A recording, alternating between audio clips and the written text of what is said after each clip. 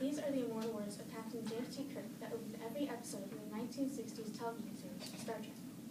And what a captivating premise that TV show was. A band of Starfleet officers, traveling the universe to seek out new life forms and new civilizations, to boldly go where no one has gone before. Humans are desperately trying to travel the galaxy and the universe, but we are pretty much grounded here, on Earth, gazing up at the nighttime sky and wondering, what's out there?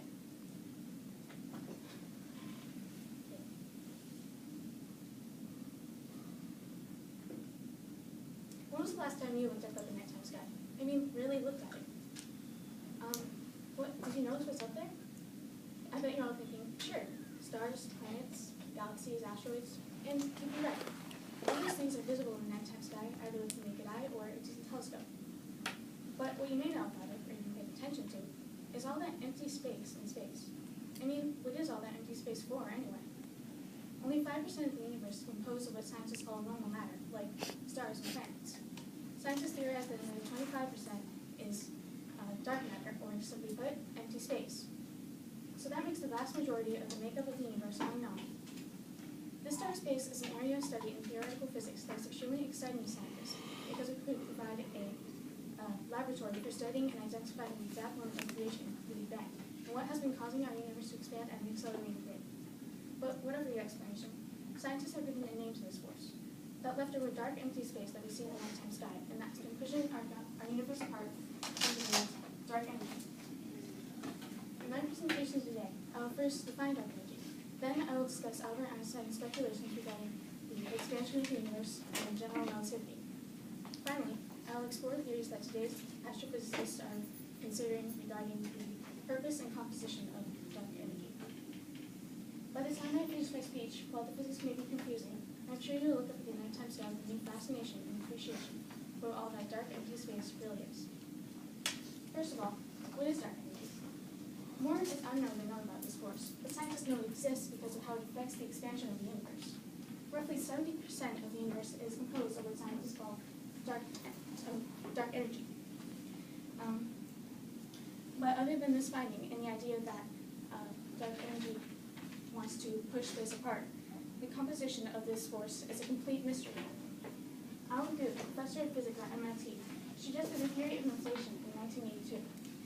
It attempts to describe the then part of the Big Bang Theory by predicting a repulsive force against gravity in Einstein's theory of relativity model, which I'll discuss in a minute, that has been pushing galaxies away from each other.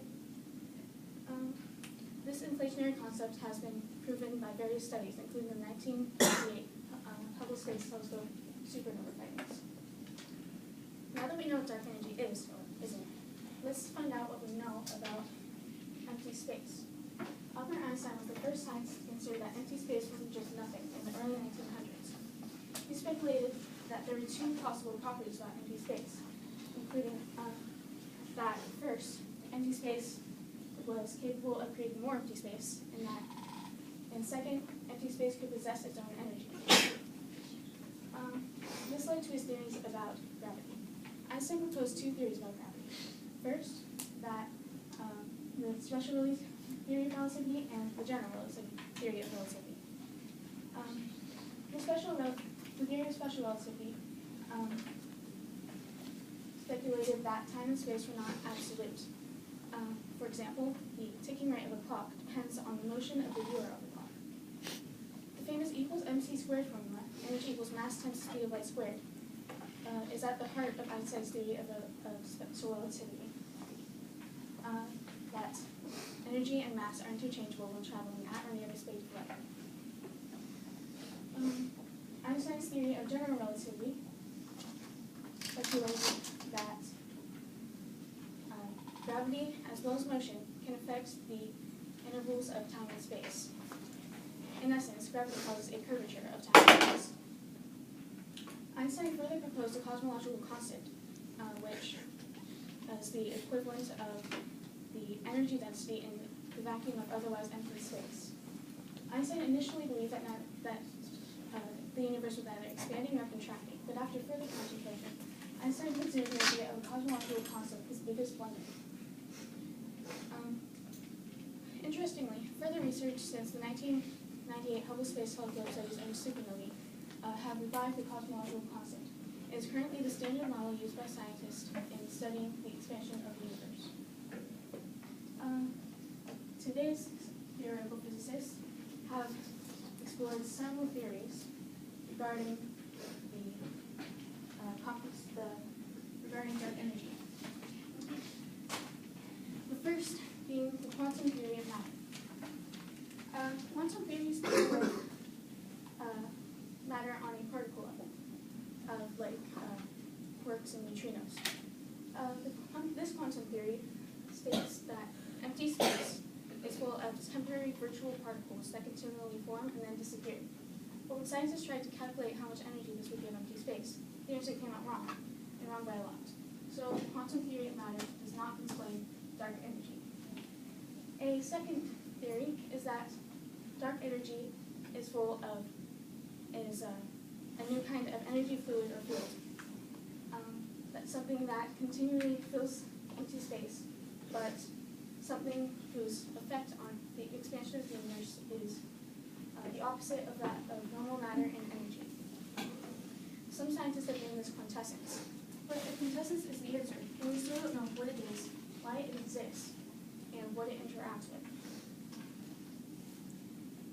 The last theory is that Einstein's theory of general relativity is not correct. If Einstein's theory was wrong, then it would not only affect the expansion of the universe, but it would also affect the way that galaxies and clusters of galaxies behave. But if it turns out that we do need a new theory for gravity, what kind of theory would it be? How could it correctly describe the motion of the bodies in our universe, as Einstein's theory of general relativity so elegantly does, and still give us what we need to define dark energy? So scientists are still no closer to understanding what dark energy is. Some scientists say that string theory can resolve the problem of general relativity and quantum theories not being at odds with each other. When Albert Einstein first contemplated a cosmological constant, almost nothing was known about the force that governed the nucleus of atoms and subatomic particles, which is an area of physics called quantum mechanics. String theory could possibly be the theory of everything that links general relativity and quantum mechanics and wraps our universe into a neat package. But since that is not proven, scientists are still not sure on what dark energy is. What is left is for scientists to come to a consensus about what dark energy is. And this is one of the biggest areas of research in physics today. So today, I have explained that scientists have been able to determine that dark energy is a kind of repulsive force, the opposite of gravity, that has been causing the accelerated expansion of the universe. Other than this, little is known about dark energy, what it is, how it is causing the expansion, and why it exists. While several theories have been postulated regarding general relativity, regarding dark matter, none of them have provided solutions to what dark energy is. So scientists are hopeful that new research projects will shed light on the mystery of the force that is driving the expansion of the universe. So the next time you look up at the nighttime sky and contemplate the wonders of starlight, the position of the planets, and the voyages of the Starship Enterprise, maybe you'll also wonder about what isn't there, what can't be seen, and have a fascination with, or at least